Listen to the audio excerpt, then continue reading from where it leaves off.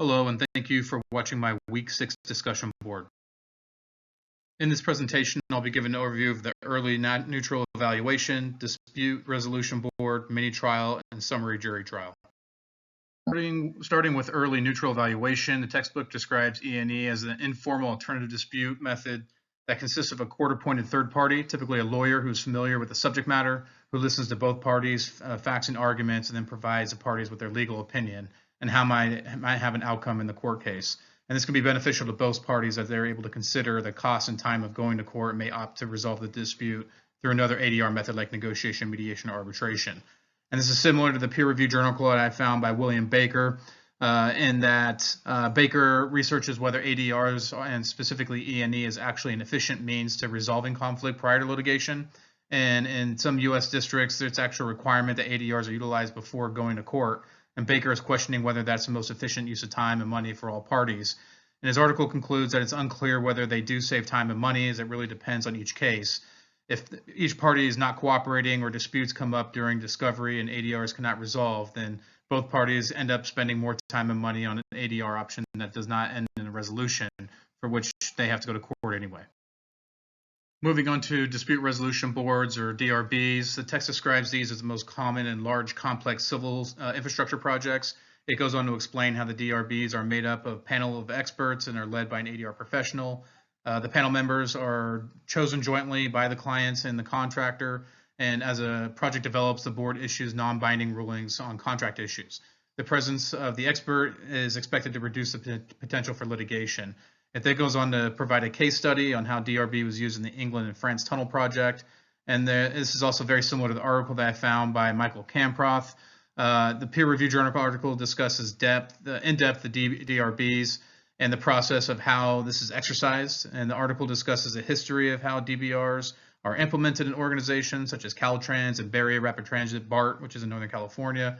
The article discusses the importance of including DRB in detail, the specifications, and also a method of selecting a DRB by having each party select a single member, and then those two members will then select the third member. And that will help with maintain a fair board that's not biased to one side or the other. Moving on to summary jury trial, the textbook describes JVT as an ADR that involves a non-binding trial, normally completed in a day or even a half a day. And the jury hears condensed versions of the arguments and evidence from both sides and then renders a verdict.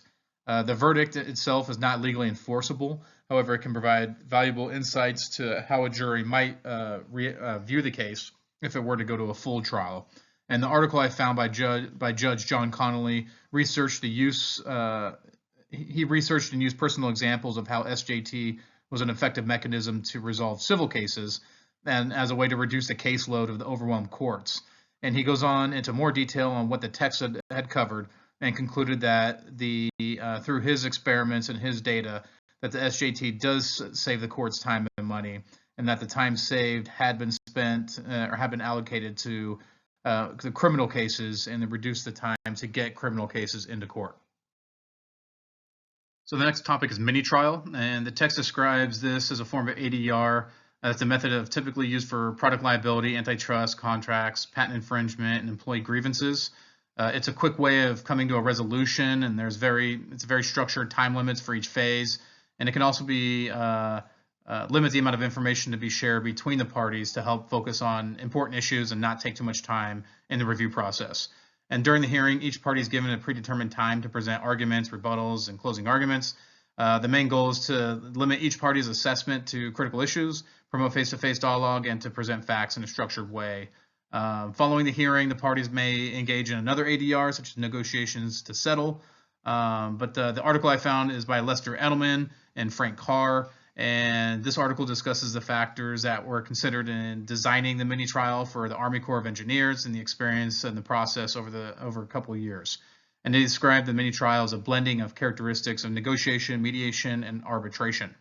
They found that the process should take no longer than 2 to 3 months, and that anything over wouldn't be cost beneficial.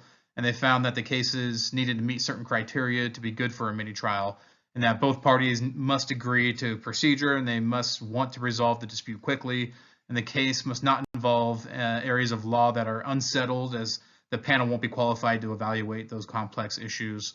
And the volume of documentation should be minimal, as tracking and analyzing the documentation would require substantial resources. The news article that I found was out of the Statement Journal and was discussing the lawsuit against Pacific Corp due to the fires in the Oregon area in 2020. And the suit, this settlement is actually a result of a mini trial, which is going to be a series of mini trials to determine compensation for about 5,000 fire victims who were impacted by the fires.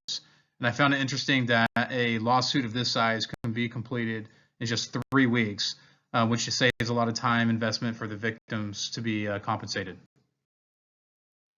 And that concludes my presentation. Thank you very much for watching.